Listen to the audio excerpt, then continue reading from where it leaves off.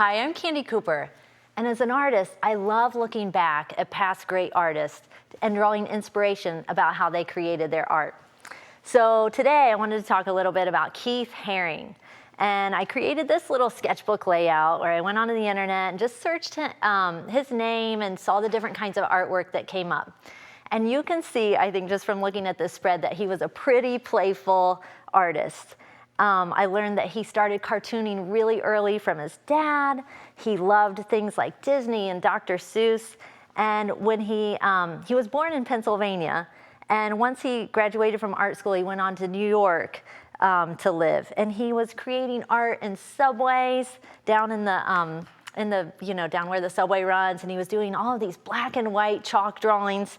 And he tried a lot of different things, but he just kept coming back to the love of line.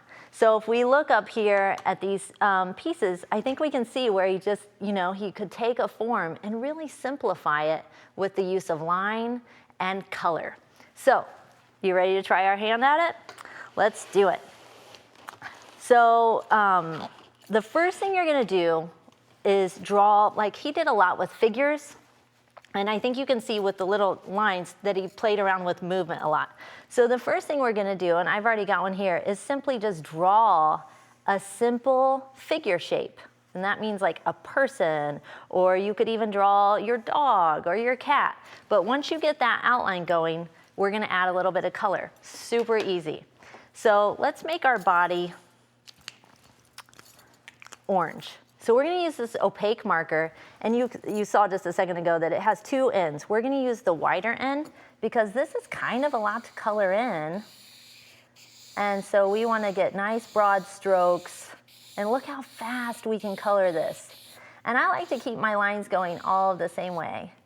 These markers are kind of cool because they actually have paint in them, but super easy to use because you don't have to like shake up the pen or anything like that, but you still get that really cool opaque coverage.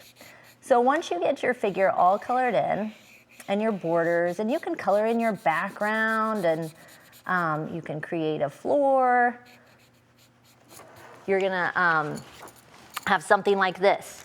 Now let's switch markers to a black. You can see I added a green border.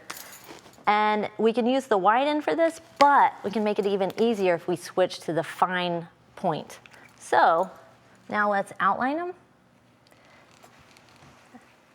And the key to this is holding your wrist, or steadying your wrist on the paper so that you don't get a wiggly line.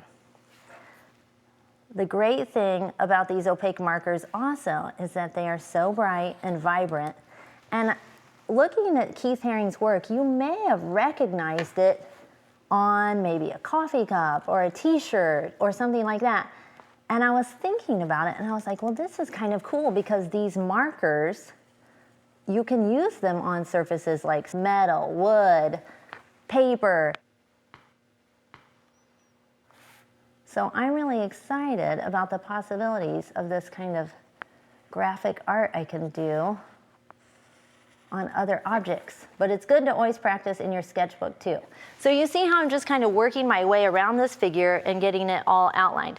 Now, the last thing that you're gonna see over and over in Keith Haring's art, if we just flip back here a little bit, like on this little, I think this looks like a baby crawling or these people dancing, are all the lines, which really suggests to me that there is action and movement going on. So let's flip back to our dancing person here.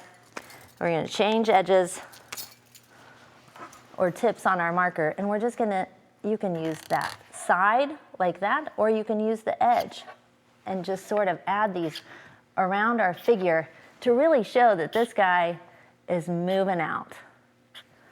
And that's how we make a little Keith Haring inspired piece of artwork.